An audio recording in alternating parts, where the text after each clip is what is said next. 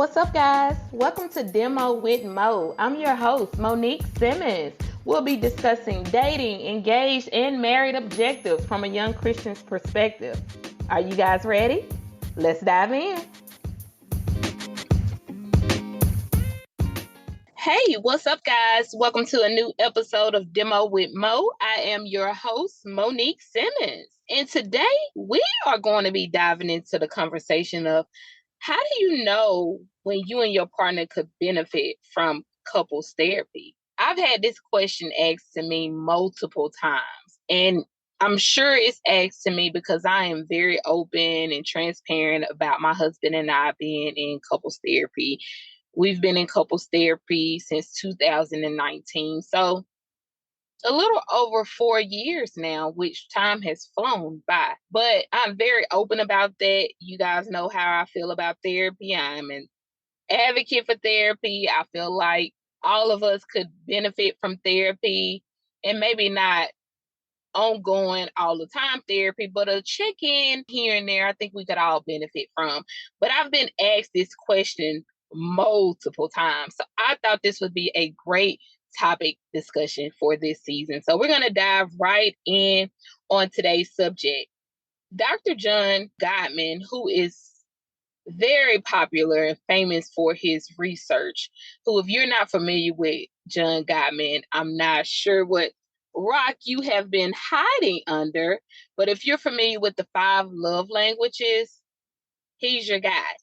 He has the Gottman Institute, and on his Gottman Institute website, there's a blog there about, is it time to go to couples counseling? And I'm going to link to that blog in the show notes so you guys can go back and read all of that information when you guys hear this episode. But I'll make sure to link that in the show notes. But in this blog on the Gottman Institute website, it says that there are telltale signs that signal you and your partner could benefit from couples counseling. And we're going to get into those telltale signs a little bit later in this episode. But these are some of the facts that Dr. Gottman has found in his research. 31% of couples take a premarital relationship education program.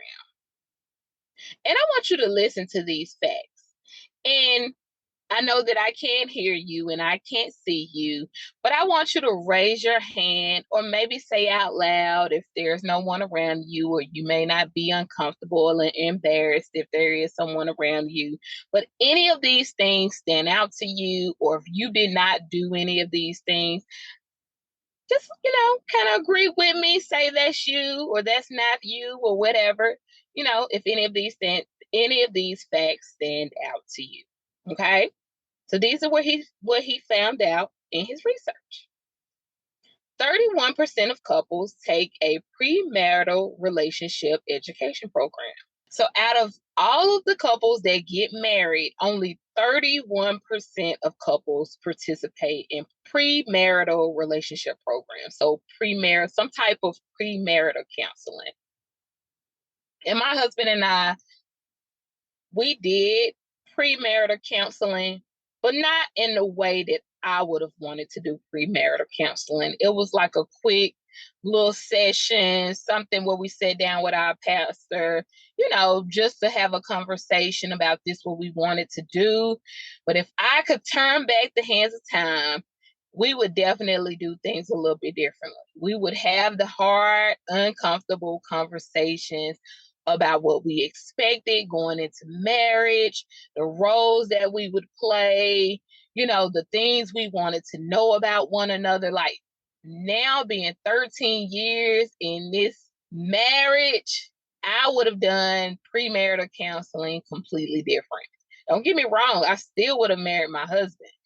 But man, we would have had some conversations that we're now 13 years in just now having, or later in the latter parts of our years just now having. We would have had those before marriage.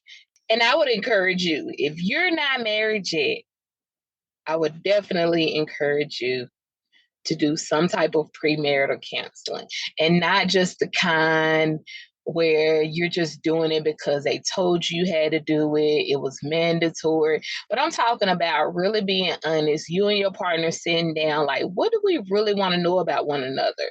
What do we really want to discuss? What are the hard things we really want to talk about? Even if it's uncomfortable, even if it may cause an argument, even if I'm afraid, those are the things you really want to discuss. Like, those are the legit questions that you really want to ask, because you don't want to wait until you on the other side of I do. And now you have to face these things. And now you have to talk about these things. And now we got to have these conversations that we really should have had before we got married. Okay, next. It says only 19% of couples actually seek out some form of couples therapy. You guys, this blew my mind. I'm just going to be honest. This really blew my mind.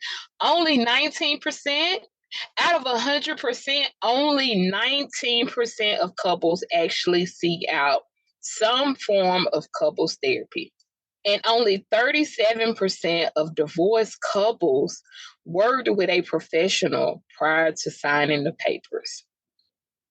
So we've been married. We agreed to leave our marriage, walk away from this marriage, and we didn't fight and do all we could do before walking away, before signing the papers, before saying we're leaving one another. We're letting this go completely. And don't get me wrong, I'm not saying this about every marriage, because I know under some circumstances, I know you have to walk away. Where there's abuse, where I just know when we won't go down that list of things, I know under some circumstance, you really have to just get out of there. But y'all, only 37%. And a lot of times, our divorces are for unreconcilable reasons.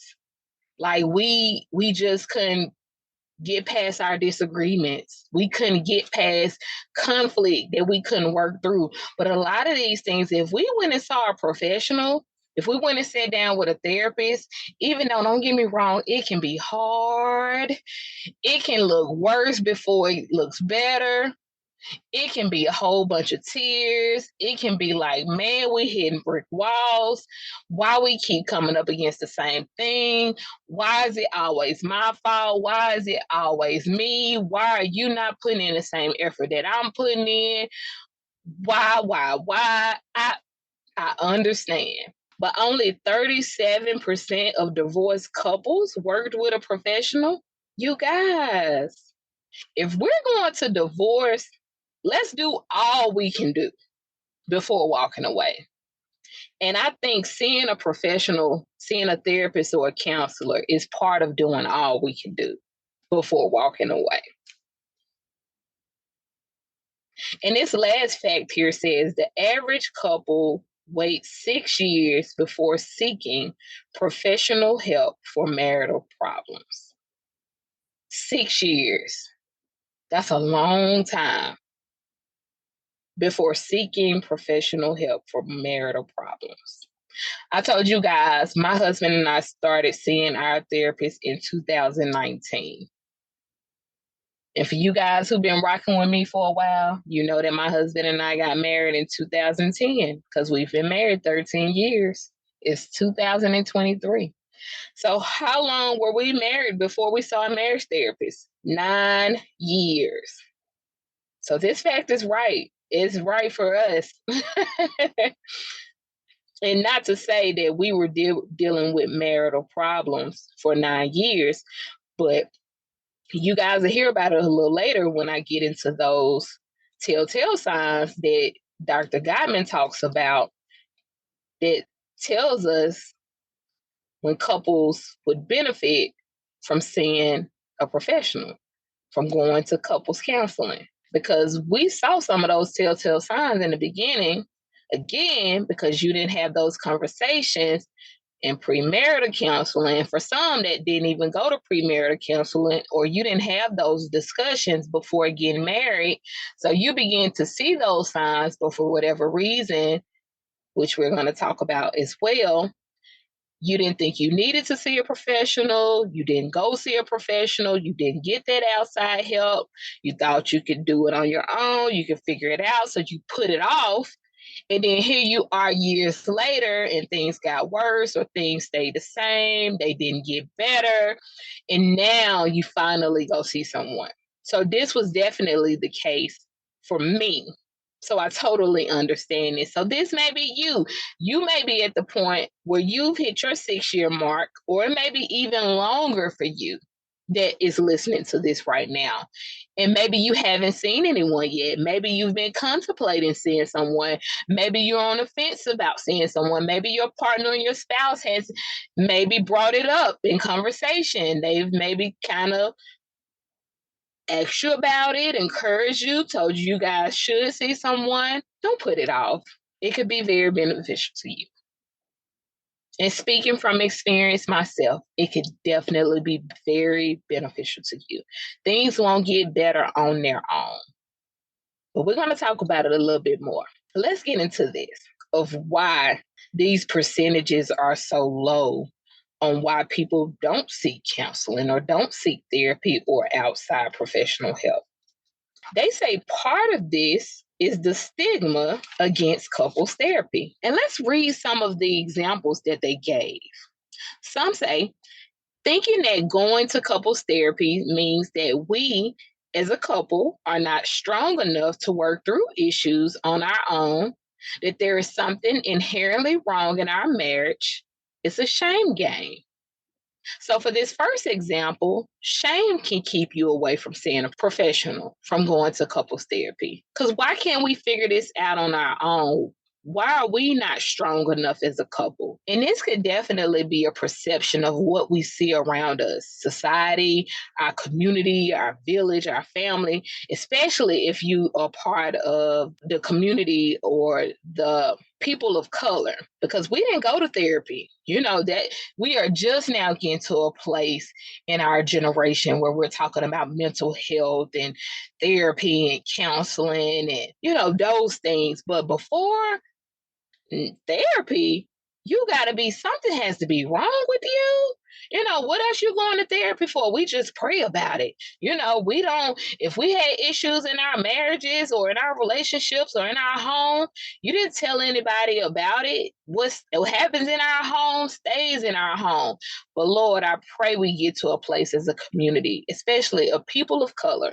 I really want this for everybody, but especially as a people of color, where we throw that mess out the window, where we just get rid of that.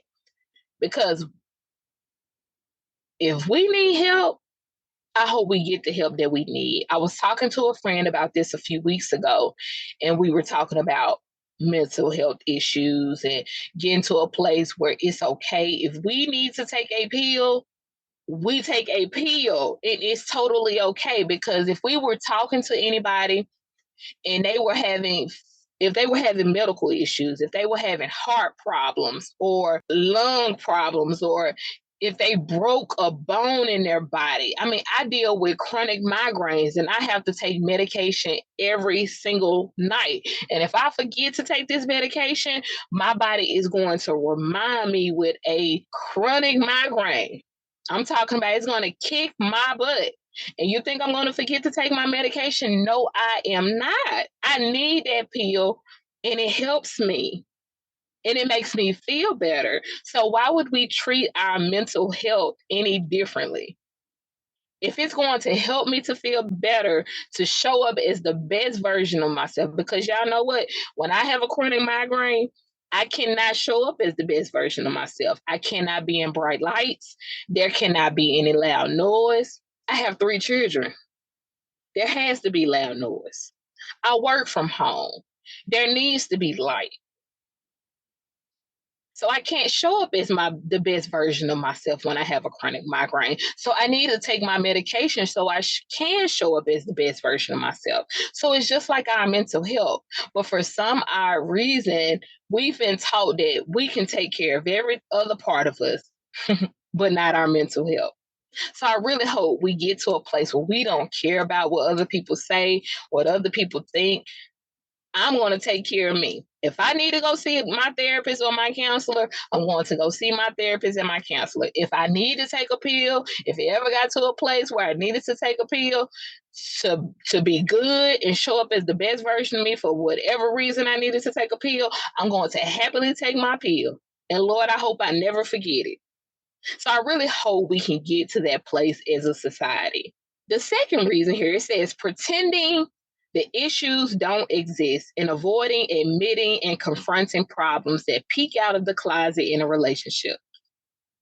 Examples include nasty fights, emotional disconnection, or an affair.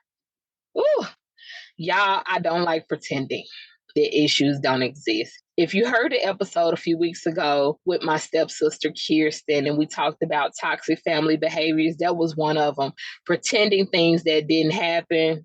That's one of those I just cannot do. I just cannot do it. We're going to talk about it. We're going to deal with it. It may be hard.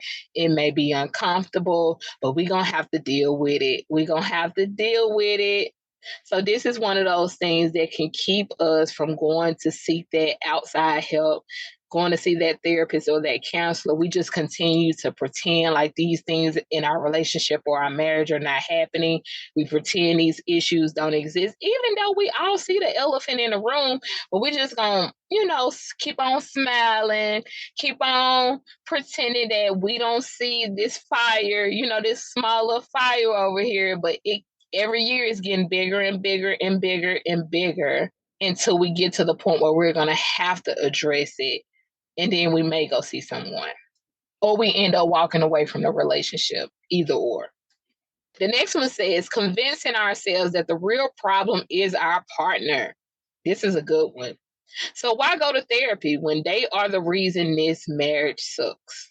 And the last one here says, believe in the myth that if love takes work, then it wasn't meant to be. A no effort relationship is not a great relationship. It's a doomed one, Dr. John Gottman says. Every relationship demands an effort to keep it on the right track. There is constant tension between forces that hold you together and those that tear you apart. Okay, so now we're getting to the part that you've been waiting for. They give a list of 15 telltale signs that signal you and your partner could benefit from couples counseling. These include, number one, escalating conflict and nasty communication habits. 2, emotional distance and loneliness. 3, falling out of love. For example, if one of you have ever said to each other, I love you, but I'm not in love with you. 4, trust and commitment issues, such as difficulty relying on a partner or not putting each partner's well-being on par with each other. 5, attachment insecurities that are grounded in feelings of low self-worth and fears of abandonment. This can include extreme dependence, which leads to intrusive behaviors. But it can also include extreme independence, which can make a partner feel like they're not a priority.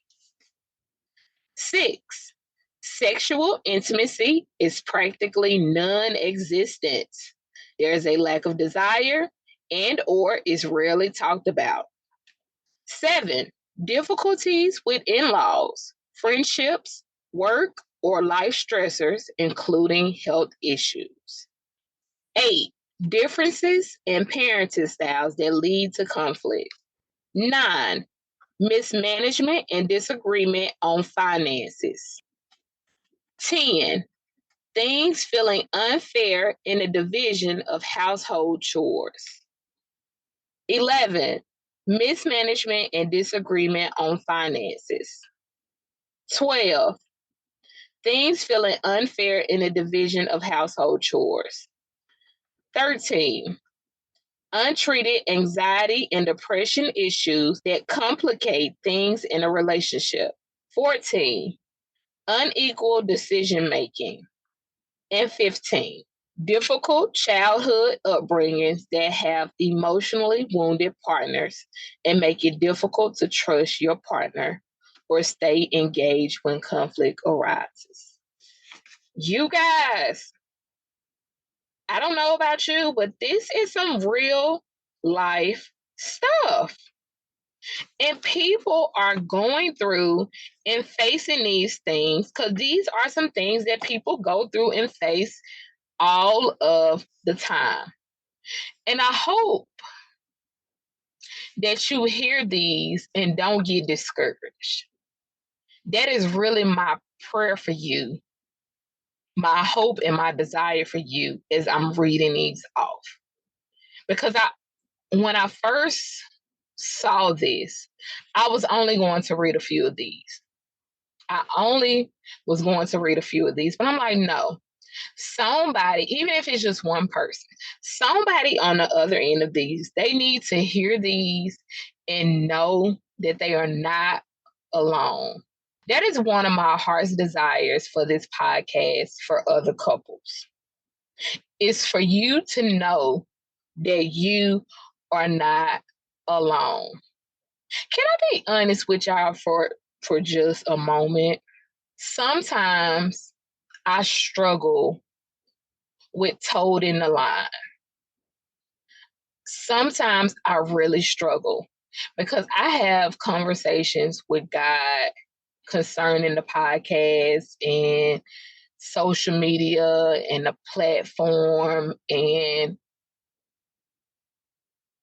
Demo with Mo. Sometimes I really struggle because I'm open, but I'm private. I'm honest, but I'm private. Like, there are some things that are just for me. There are some things that are just for my husband and I. There are some things that are just for my husband and I and our children, just for our family. There are some things that I don't know if I want to share that. There are some things where, God, I don't know if I want to give that. I don't know if I want to talk about that. I really told the line in my prayer time when it comes to this podcast, because this is a ministry for me. And I know there are so many podcasts around where it can be clickbait. It can be, let's talk about what's going on in the news, what's going on in the world, what's going on with social media. Like the hot topic right now is Jada Pinkett and her book and all of the things she's sharing. And if you follow me, if you know me, that's nothing that I'm ever going to talk about. Like, that's not who I am. And no judgment to anybody that's doing that. Like, I don't have anything negative to say about that. If that's your thing, if that's your lane, that's your lane. I'm going to stay in my lane. And my lane is ministry. My lane is to glorify God. That's my lane. I'm not going to ever try to do something that God has not called me to do. That's just not who I am. That's not what I'm about. But sometimes I told the lane because sometimes I want to be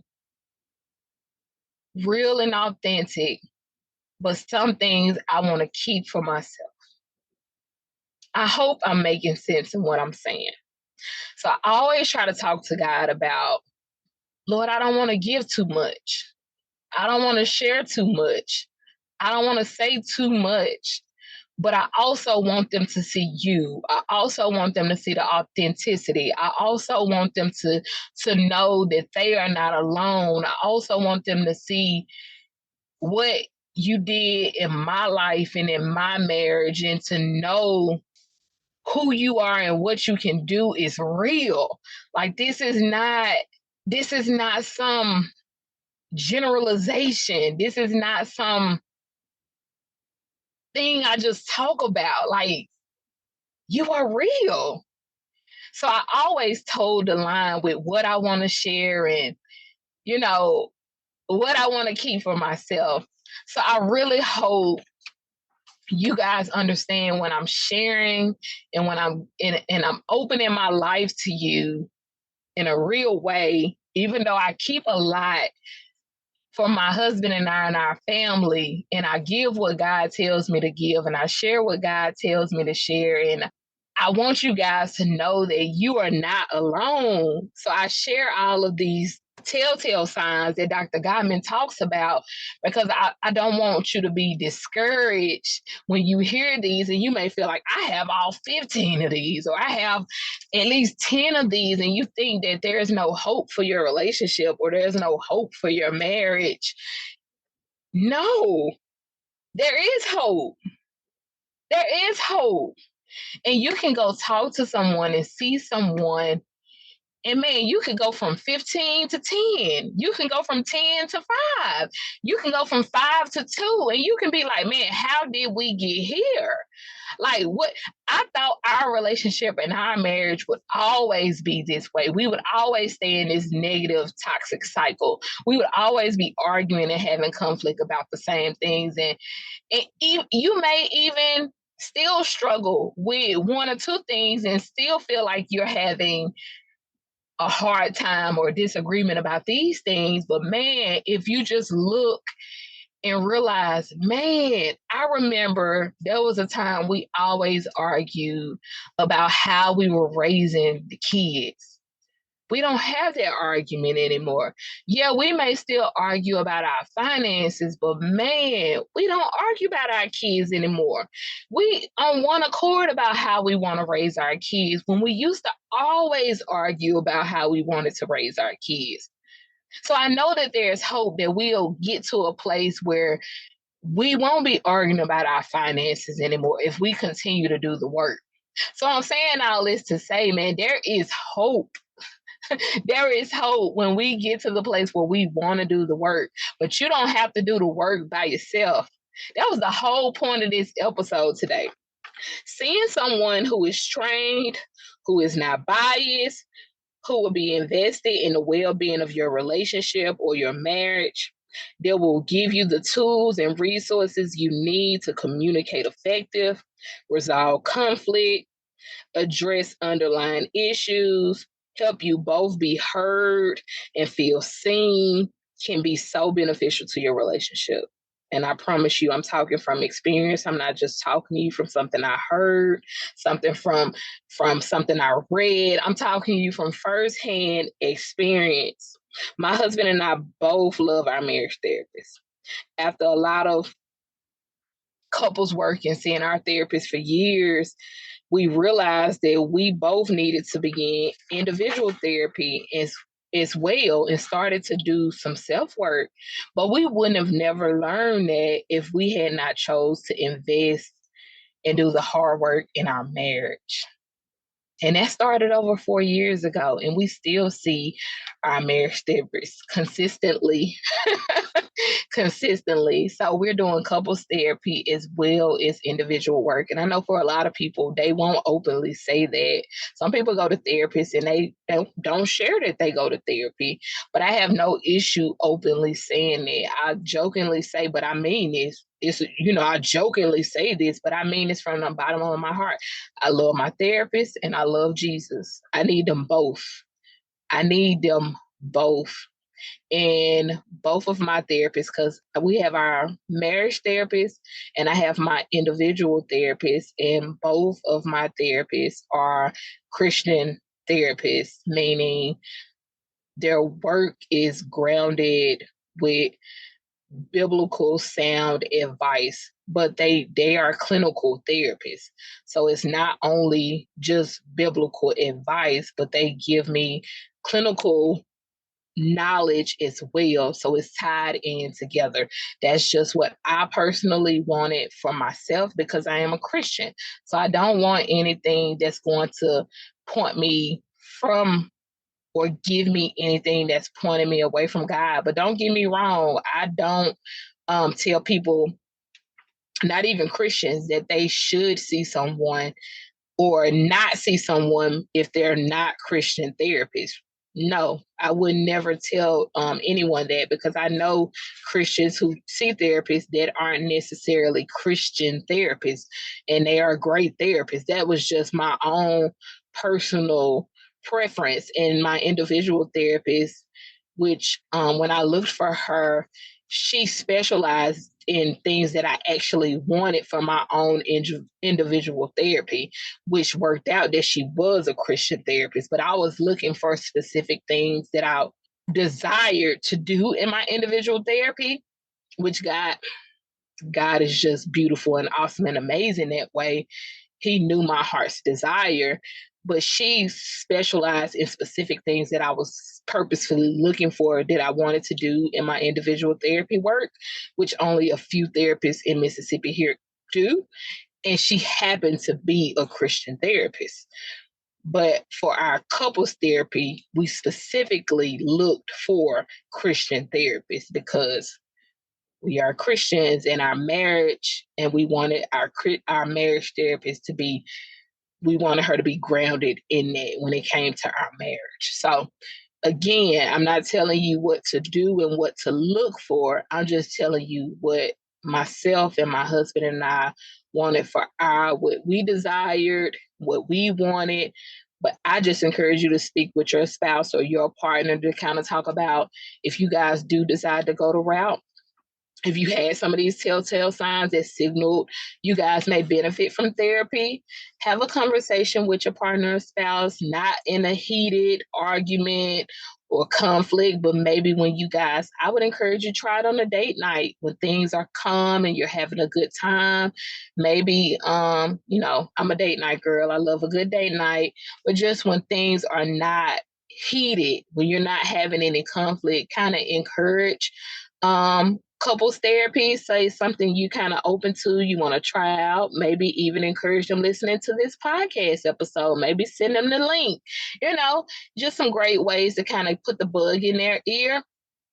But talk about even before reaching out to someone, because me and my husband had to be on one accord about what we wanted, because even before choosing a therapist and going to start therapists, I had to get my husband on board about therapy because he was not open to therapy in the beginning. I will have him on for an episode so we can even talk about all of that. I will definitely have him back for a second part of this so we can kind of talk about how we even agreed to that, because I was not going to do therapy if he was not going to be 100% on board and wanted to do it. Because I will tell you, for couples therapy to work, both partners have to want to do the work. You have to want to do the work. So before we even started to look for someone, I wanted to be sure that it would be somebody that he would go in and he would trust, and that it would be something that he would be on board with. So we kind of had to be in agreement if we wanted to see a man or a woman, and, did we want to see a Christian therapist? All of those things. We kind of sat down and had a discussion about what he wanted, what I wanted. We put that list together and found out what we wanted. And then we went down and sat with this person, loved them offhand, first session. But that's not everyone's experience. And I'm trying to give you guys kind of all of the tips here, because that's not everyone's experience. Everyone does not see their first therapist and like them. They're not always a good fit. That does not mean that the person is not a good therapist. They just may not be a good therapist for you. They may not be a good fit for you. So don't get discouraged if that happens. You may like the therapist, your partner may not. Your partner may love the therapist and you may not. If both of you guys are not in love or not satisfied, and they usually encourage you to give it at least 2 to 3 sessions, because the first one may be, you guys may be uncomfortable. You may not feel like opening up, so it may didn't go well. They usually encourage you to give it 2 to 3 sessions. But if you guys both are not on board, give it up. So if you fall in love and you steady trying to push your partner or spouse to like this person and they don't do that. just give it up and find someone else until you both really like the counselor or the therapist, because that's going to make it even better when both partners are on board and really enjoy the therapist or the counselor. That's going to help you guys and make it even more beneficial, because my husband and I both love my therapist. He can't wait to talk and I can't wait to talk, and it makes it a more fulfilling experience. It just does. So I really hope this episode has encouraged you guys on today. I really hope it was beneficial, as Dr. Gottman said. As always, know that I love you, but God loves you so much more. And I'll see you guys next week. Bye.